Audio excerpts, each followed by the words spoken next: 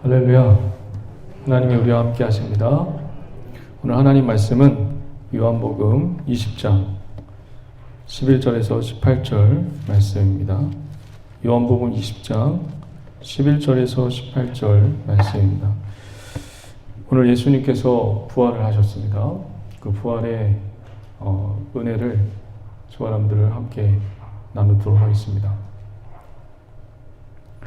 요한복음 20장 11절에서 18절 우리 다 함께 제가 한 절 여러분이 한 절 이렇게 교독하도록 하겠습니다. 마리아는 무덤 밖에 서서 울고 있더니 울면서 구부려 무덤 안을 들여다보니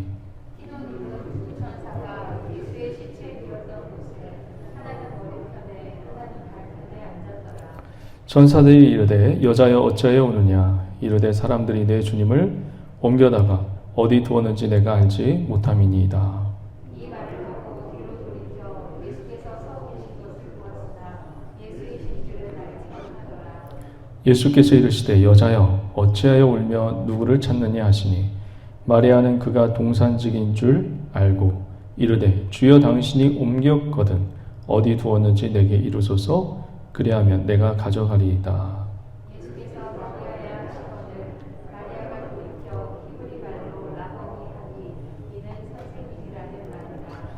예수께서 이르시되 나를 붙들지 말라. 내가 아직 아버지께로 올라가지 아니하였노라. 너는 내 형제들에게 가서 이르되 내가 내 아버지 곧 너희 아버지 내 하나님 곧 너희 하나님께로 올라간다 하라 하시니 막달라 마리아가 가서 제자들에게 내가 주를 보았다 하고 또 주께서 자기에게 이렇게 말씀하셨다 이르니라. 아멘. 우리 좌우 옆분들에게 이렇게 인사하도록 하겠습니다. 주님이 지켜주십니다. 한 번 더 인사하도록 하겠습니다. 주님이 붙드십니다. 주님이 지키시고 붙드시는 인생들 되시길 주의 이름으로 간절히 축원드립니다. 우리가 저번 주에 잠깐 거듭남에 대해서도 얘기했고 뭐 여러 가지 많은 것을 나누었는데 공부하고 배웠는데 저번 주의 내용은 핵심적으로 얘기하면 이거죠. 니고데모하고 예수님이 대화를 나누면서 거듭남이라는 게 뭐라고 했죠? 거듭남? 우리가 죽었다가 다시 태어난 날개로 태어나고 뭐 그런 것이 아니라 내 인생에 있어서 주인이 바뀌어지는 거예요. 오늘 내 뜻대로 내 생각대로 술 먹고 담배 피고 방탕하게 지냈다면 어느 날 내 인생의 주인이 나로 지냈는데 어느 날 갑자기 인생의 주인이 바뀌어버린 거예요. 그 주인이 누구죠? 그리스도로 바뀐 거예요. 근데 그것은 내가 뭐 잘해서 내가 뭐 예쁘게 보여서 그렇게 한 것이 아니라 어느 날 갑자기 찾아온 거예요. 쑥 들어온 거예요. 이걸 뭐라고 해요? 내가 잘하지도 않았고 내가 예쁜 내색도 안 보였고 주님 앞에 뭐 공로들 보인 것도 아니고 열심히 한 것도 아닌데 어느 날 내 마음속에 쑥 들어왔어요. 그게 뭐예요? 은혜라는 거예요. 은혜를 베풀어 주셔서 자비를 베풀어 주셔서 긍휼을 베풀어 주셔서 인생의 주인이 바뀌어버린 거예요. 내 뜻대로 내 생각대로 내 방법대로 살다가 이제는 하나님이 은혜를 주셔서 인생의 주인이 바뀐 게 거듭남입니다. 그 거듭남에 대해서 이야기를 하다가 예수님이 니고데모에게 이렇게 얘기하죠. 물과 성령으로 거듭나지 아니하면 하나님 나라에 들어가지 못하느니라. 할렐루야. 여러분 물과 성령으로 거듭나시길 주의로 간절히 축원드립니다.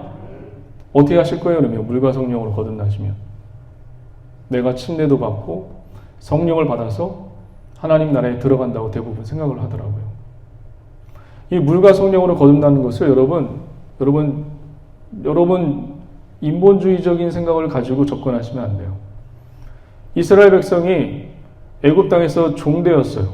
종된 이 이스라엘 백성을 하나님이 모세를 통해서 홍해를 건너서 가나안 땅에 집어넣었다고요. 물을 건넜다고요. 물을. 고린도전서 10장에 보면 바울이 이 사건을 홍해를 건너는 사건을 침례라는 사건으로 말씀하고 있습니다. 물을 건넜다고요. 하나님이 이 죄인된 노예된 이 이스라엘 백성을 이 물을 건너게 해서 자유인이 되게 만드셨어요. 자유자가 되게 만드셨다고요. 이해되시겠어요? 그러면 저와 여러분들 노예에서 해방시켜줬으면 어떻게 해야 돼요? 잘 살아야 되죠. 그렇죠. 우리도 30 몇 년간 일본의 노예 생활을, 식민지 생활을 하다가 잘 살아야 되잖아요. 근데 전쟁이란 안타까운 현실이 일어났잖아요. 우리 힘과 능력으로 안 돼요. 하나님이 자유의 신분을 주셔서 가나안 땅에 잘 살게 했는데 어떻게 해요? 하나님이 멸망시켜요? 아니면 이들이 스스로의 죄로 인해서 멸망돼요? 가나안 땅에 살다가 자기 스스로의 죄로 인해서 멸망당한다고요. 바벨론 민족에게 최후로 유다 민족이 멸절당하죠. 끝났습니다. 인간은 바로 이런 존재예요. 하나님이 구원을 해줘도 죄를 지어서 사망으로 이르는 존재가 바로 우리입니다. 하나님이 고민을 하게 됐죠. 내가 이렇게 구원을 해줬는데 이 은혜도 잘 모르고 멸망한 유대민족. 그럼 어떻게 하면 이 인간들을 구원해낼 수 있을까? 그 방법이 뭐예요? 동정녀 마리아를 통해서 여인을 몸에 통해서 그리스도를 낳게 하고 흠없는 자를 낳게 해서 우리 인간의 죄를 대신해서 다 죽이시고 그게 피죠. 죽으셔서 부활하셔서 그 다음에 어떤 역사가 일어났죠? 십자가에 못 박히셨어요. 그리고 죽으셨어요. 피를 흘리셨어요. 우리의 죄로 인해서 피를 흘리셨습니다. 그리고 부활하셨어요. 그리고 하나님께 승천하셨습니다. 다시 오실 것을 얘기하면서 승천하셨어요. 그리고 끝인가요? 아니죠. 하나님이 뭘 주신다고 했죠? 아니, 그리스도가 뭘 보내신다고 했죠? 성령을 보내신다고 했죠. 언뜻 보면 물과 성령으로 거듭나지 아니하면 하나님 나라에 들어갈 수 없느니라. 우리 힘과 노력으로 물과 성령으로 그렇게 살아야지만 우리가 하나님 나라에 들어간다고 착각을 한단 말이에요.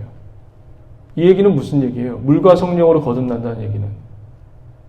물과 성령으로 거듭난다는 얘기는 너희는 못한다는 얘기예요. 너희 인간들은 못한다는 얘기예요. 누가 하신다는 얘기예요? 하나님 나라에 인도하게 하는 분은 누구란 얘기예요? 오직 하나님밖에 할 수가 없다는 얘기예요. 그러니까 우리가 여기서 공로를 얘기하고 인간의 이 정도의 능력을 얘기하는 건 다 부질없습니다. 오직 우리의 구원을 이루시는 분은 누구십니까? 하나님이십니다. 하나님의 열심히 이루신다는 것을 예수 그리스도를 통해서 니고데모와의 대화를 통해서 말씀하고 계시는 것입니다. 저의 열심이에요? 주님의 열심이에요? 주님의 열심이 우리 교회를 인도하시고 이끌을 줄 믿습니다. 예수님이 부활하셨습니다. 할렐루야! 감동이 와요? 감동이 안 와요? 예수님이 부활하셨는데 한번 볼까요? 20장 1절 한번 보도록 하겠습니다. 20장 1절 부활하셨어요. 예수님이 죽으시고 부활하셨습니다. 1절 한번 볼까요? 요한 목사님의 이 표현력이 대단합니다. 문장력이 대단해요. 1절 한번 보시면 다 같이 한번 읽어볼까요? 안식 후 첫날 일찍이 아직 어두울 때에 막달라 마리아가 무덤에 와서 돌이 무덤에서 옮겨진 것을 보고 이 표현력이 제가 이거 말씀을 묵상하면서 너무 어떻게 이렇게 표현했을까? 주님이 부활했어요. 부활했는데 안식 후 첫날 일찍이 유대인의 안식은 언제예요? 토요일이란 말이에요. 토요일. 안식일 토요일 지나고 주일날, 오늘 주일날, 이 주일날 주님이 부활하셨기 때문에 우리가 이 부활을 기념하기 위해서 주일날 우리가 예배를 드리는 거예요. 안식 후 첫날 일찍이 부활하셨는데 어때요? 마태, 마가, 누가에서는요 시간을 얘기해요. 시간. 새벽 미명에 뭐 이렇게 얘기를 하는데 여기 와서 보면 아직 어두울 때 부활하셨는데 제가 이게 요한 목사님의 문장력이 표현력이 아직 어두울 때라고 표현을 하고 있어요. 주님이 부활하셨는데. 그러면 어때요? 주님이 부활하셨으면 기뻐하잖아요. 그리고 밝아야 되잖아요. 근데 아직 어둡대요. 부활하셨는데. 이건 무엇을 얘기하는 걸까요? 부활하셨는데도 유대인이나 하나님을 믿는 자녀나 관심 없다는 얘기예요. 그 얘기를 지금 써놓고 있는 거예요. 부활하셨는데도 그리스도의 백성이나 지금 부활하신 그리스도를 믿는 사람들이나 관심 없다는 얘기를 하고 있는 겁니다. 아직 어두울 때.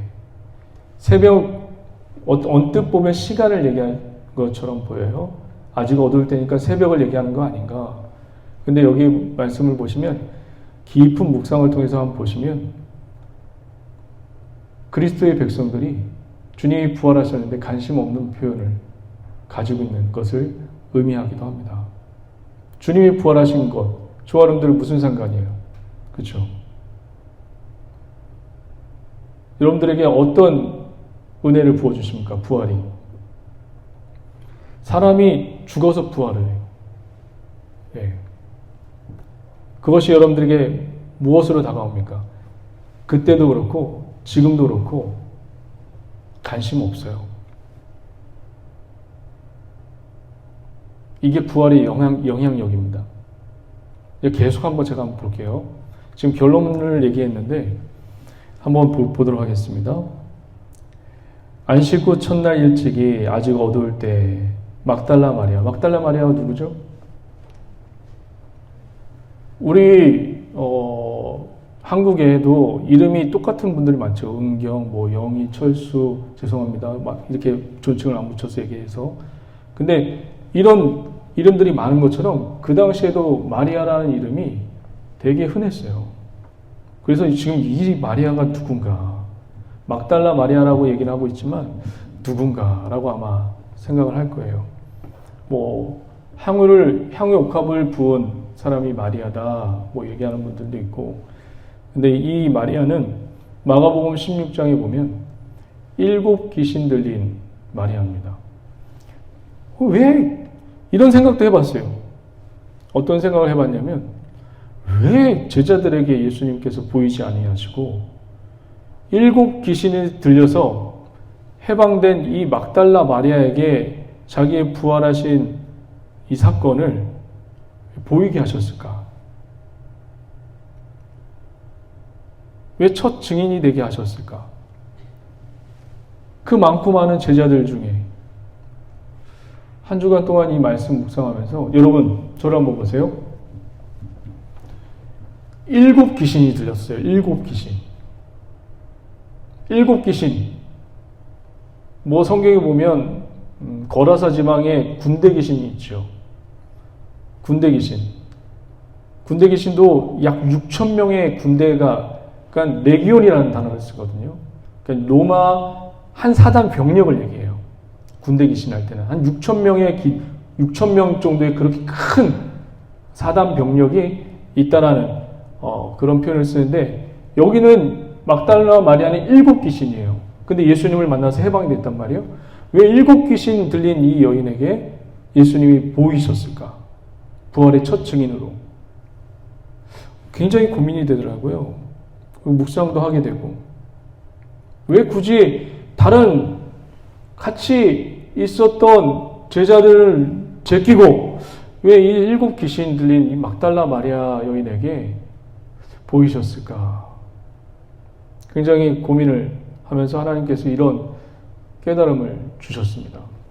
여러분, 하나님께서 이 땅을 창조하실 때 며칠 동안 창조하시죠? 하루, 이틀, 3일, 4일, 5일, 6일, 7일. 창세기 2장 보면 많은 분들이 하나님이 6일 동안만 일하신 줄 알고 있더라고요. 성경을 잘 보세요. 창세기 2장 1절에 보면 주님이 7일째도 일하시고 7일째도 안식하셨던 장면이 나와요. 그러니까 7일 동안 일하시고 안식하셨다.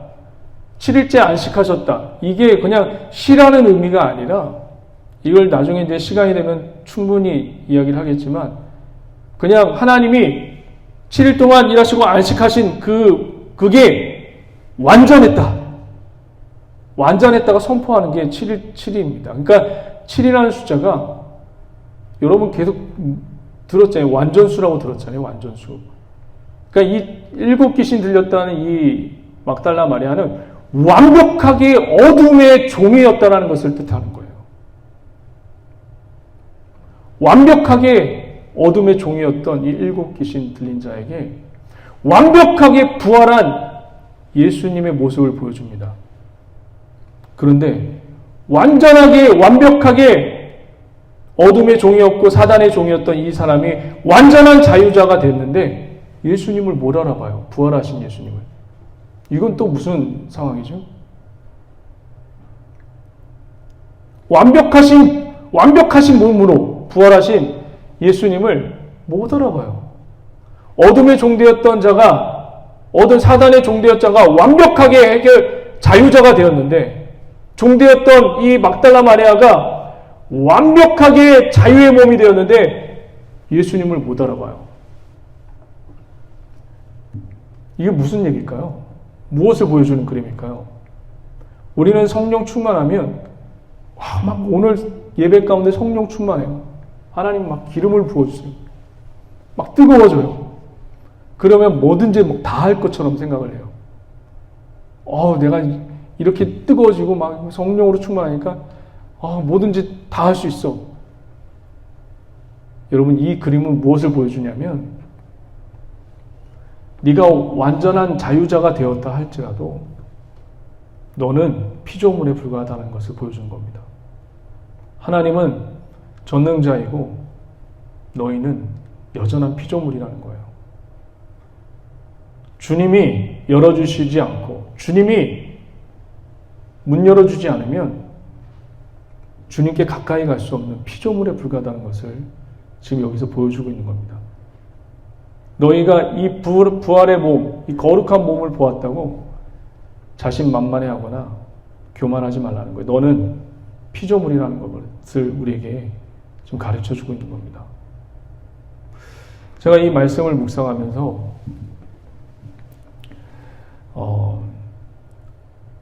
저의 지난날의 가오도 많이 생각이 나더라고요. 이렇게 권사님들이랑 집사님들이랑 장로님들이랑 수없이 되게 이야기하면서 목사님 제가 이런 일이 있었어요. 내가 40일 동안 기도하고 새벽 예배를 100일 동안 하고 그랬더니 하나님께서 이렇게 내 자녀에게 잘 되게 하시고 내 사업도 잘 되게 해주셨어요. 그런 얘기를 이제 식사 시간이나 상담 시간에 이렇게 얘기를 들으면 제가 어떻게 이야기해 줬냐면 우리 권사님 장로님이 기도 열심히 하니까 하나님이 들어주셨나 봅니다. 그러니까 그분의 공로를 치하하면서 그렇게 격려해 줬던 것이 너무너무 후회가 되는 거예요. 이 모든 것이 뭐예요? 우리의 공로예요? 아니라는 것이에요. 제가 그렇게 얘기해 줬던 것이 너무너무 성경적이지도 않았고 실수했다는 것을 느끼게 되었습니다. 이 모든 것이 하나님의 뭐예요? 은혜였다는 것입니다. 자칫 잘못하면 여러분도 그런 함정에 빠질 수 있어요. 우리 권사님 기도 열심히 하니까 하나님이 들어주신다. 하나님이 열심히 봉사하니까 하나님이 역사해 주신다. 자칫 권사님이 장로님이 그렇게 열심히 하니까 하나님이 들어주신 거예요. 자칫 우리도 공로주의에 빠져서 잘못된 상담을 할 수 있고 잘못된 이야기를 전해줄 수가 있어요. 이 모든 것이 뭐예요? 하나님의 은혜예요. 하나님이 하신 것이지 그 사람이 한 거예요? 아니라고요. 제가 그렇게 이 설교 준비하면서 그런 생각이 들더라고요. 그걸 생각나게 하시더라고요. 내가 다 한 건데 왜 그 사람들이 했다는 걸로 너는 그 사람들을 높여주려고 그렇게 했니? 모든 것이 하나님의 은혜인 걸 믿으시길 주의 이름으로 간절히 축원드립니다. 지금 그걸 지금 막달라 마리아에게 지금 막달라 마리아의 그림을 보여주면서 하나님이 그걸 이야기해 주시는 겁니다. 그리스도가 이것을 보여주시는 것입니다. 모든 것이 주님의 은혜였음을 우리 하나님께 고백하신 저와 여러분 되시길 주의 이름으로 간절히 축원드립니다. 이 막달라 마리아가 시체가 없어졌다고 제자들에게 소식을 전합니다. 제자들이 깜짝 놀라서 무슨 말이야? 너 제정신이야? 무슨 죽었는데 시체가 없어져. 그래서 이 제자들이 무덤으로 달려가죠. 그때 진짜로 무덤에 가니까 시체가 없어요. 한번 볼까요? 8절 7절 6절 한번 보도록 하겠습니다. 6절 7절 8절 시작. 무덤에 들어가 보니 세모포가 놓였고 또 머리를 쌌던 수건은 세모포와 함께 놓이지 않고 딴 곳에 쌌던 대로 놓여 있더라. 그때야 무덤에 먼저 갔던 그 다른 제자도 들어가 보고 믿더라. 무엇을 믿은 걸까요? 무엇을 믿은 걸까요? 부활하신 것을 믿은 걸까요? 부활을 믿은 게 아니에요. 이 제자들은 시체가 없어진 걸 보고 막달라 마리아가 한 말을 믿은 거예요. 무슨 얘기인지 아시겠어요? 예수 그리스도가 부활했다는 그것을 믿은 게 아니에요. 막달라 마리아가 지금 제자들, 사도님, 제자님, 지금 예수님의 시체가 없어졌어요. 하고서 한번 와서 보세요. 하고 가서 그 말을 믿은 거예요. 그 말을 믿은 게 한번 9절 한번 볼까요?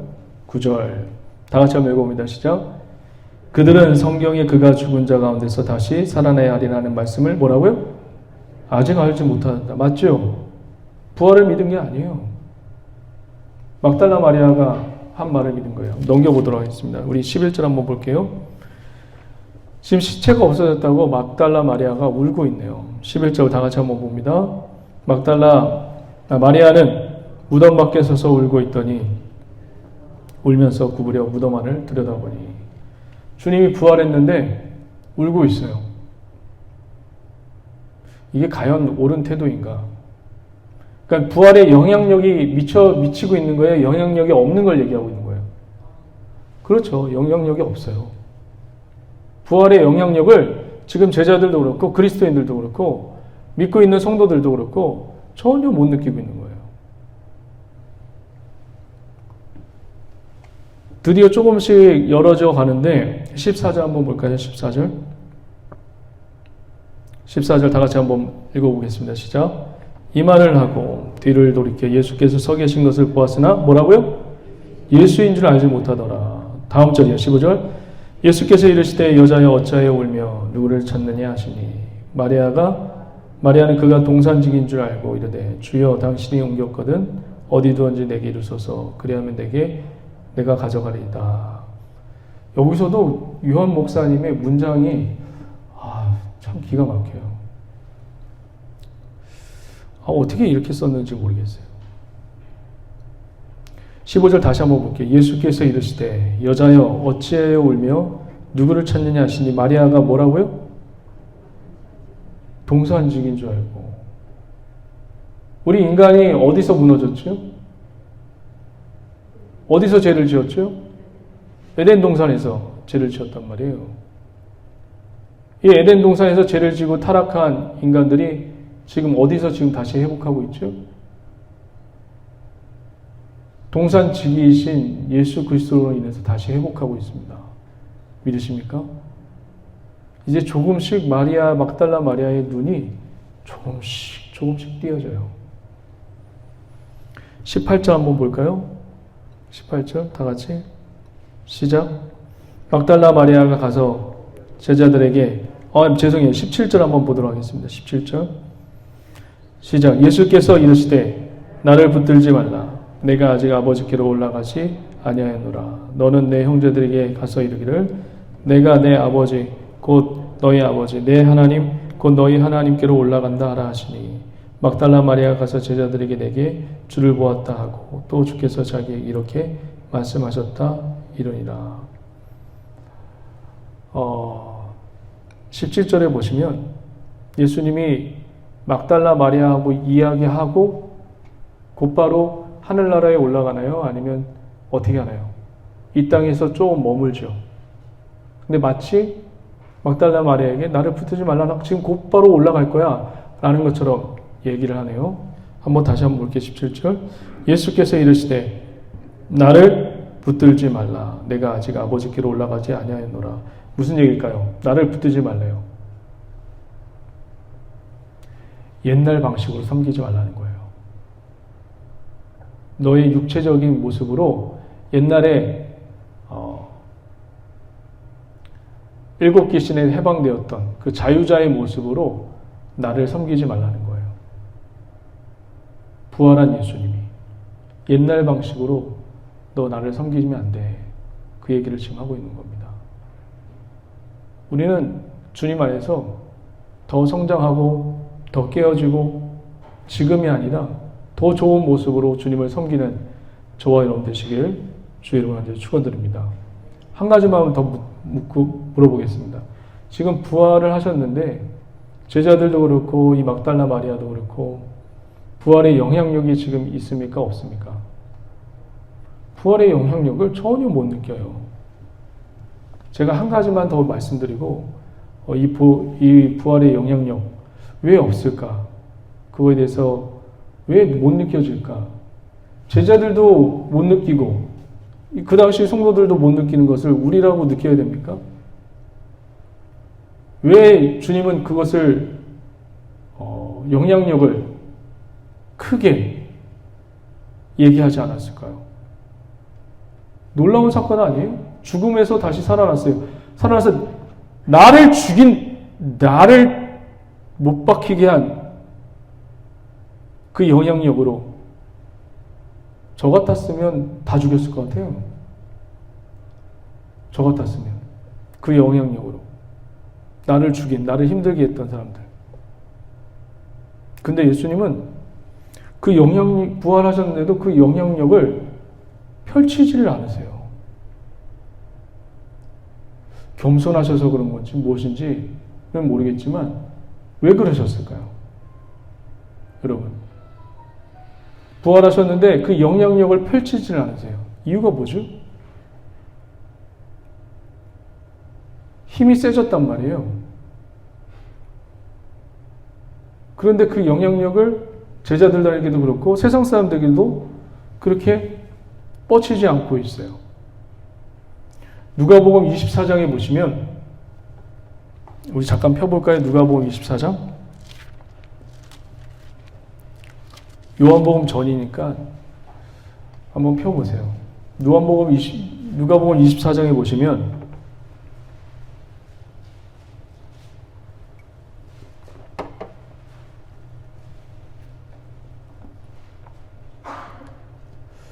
누가복음 24장에 보시면 펴보셨죠? 펴보고 저를 한번 보세요.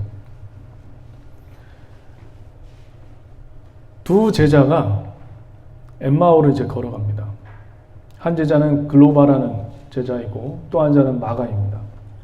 마가와 글로바가 이제 지나가다가 어떤 사람이 다가와서 이렇게 물어봅니다. 니네 무슨 얘기하고 가니? 이렇게 얘기합니다. 그래서 이 글로바와 마가가, 아니 지금 너는 예루살렘에 살면서 지금 이런 큰 사건도 모르느냐? 지금 예수님이라는 분이 죽었는데 그 시체가 사라졌어. 이런 중요한 사건도 몰라? 지금 어떤 사람이 지금 글로바와 마가로 가는데 그 어떤 사람이 누굴까요? 부활하신 그리스도입니다. 근데 몰라요. 몰라봐요. 부활하신 그리스도를 몰라봐요. 그러니까 무슨 얘기예요? 영향력이 1도 지금 미치지 않고 있다는 것을 보여주고 있는 거예요. 부활의 영향력이 없어요. 그리고 그것을 뭐라 하지도 않으세요. 주님이.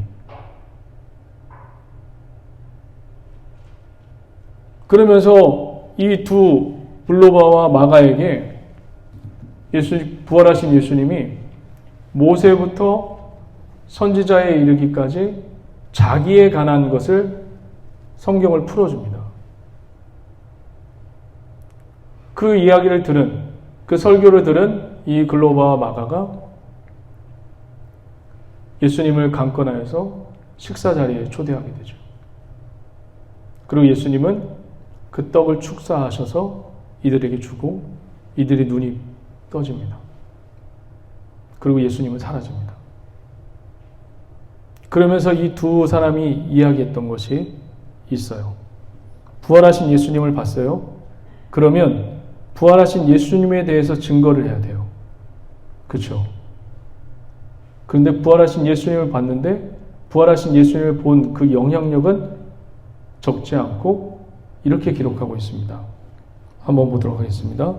24장 30절부터 한번 보도록 하겠습니다. 시작. 그들과 함께 음식 잡수실 때 떡을 가지사 축사하시고 떼어 그들에게 주시니 그들의 눈이 밝아져 그인 줄 알아보더니 예수는 그들에게 보이지 아니하는지라.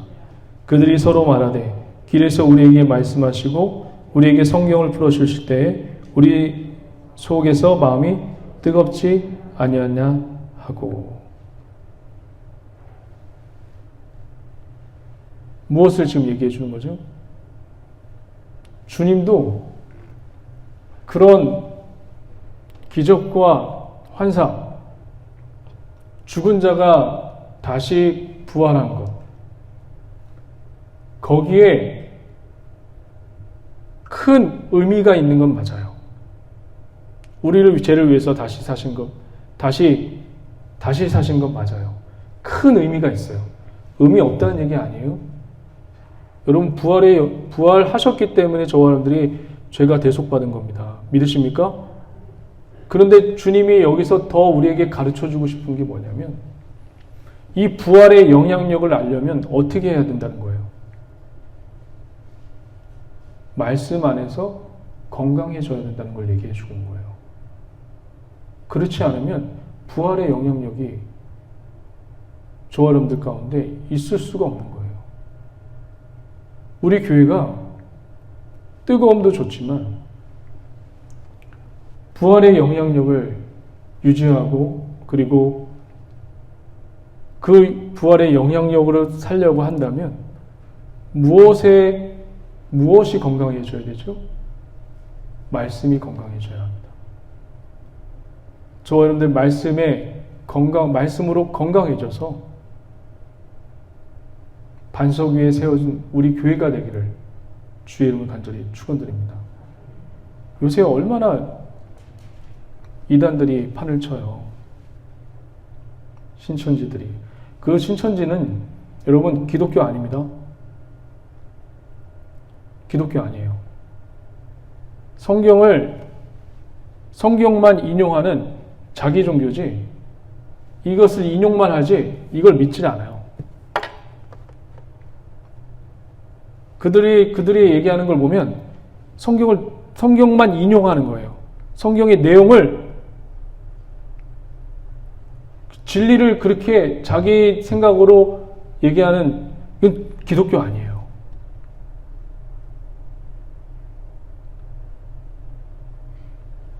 이제는 진리 전쟁입니다. 진리 전쟁이에요. 진리가 밥 먹여주느냐? 여러분 지금은 음식이 그리고 돈이 이 짧은 80년, 90년 생활 동안 우리를 먹여 살리고 그렇지만 영원한 세계에서는 그 진리가 정답이었구나라는 것을 알게 될 것입니다. 우리가 영원한 세계에 주님이 불러주신 그날까지 싸우고 승리하고 그리고 엎어지고 넘어지고 마음 상하고 여러 가지 일들이 다 있을 것입니다. 그럴 때까지 그런 가운데서도 주님 안에서 주님이 부르시는 그날까지 충성과 최선을 다할 수 있는 우리 기아복된 순복음 속초교회 성도님 되시길 주의 이름을 간절히 축원드립니다. 기도하시겠습니다.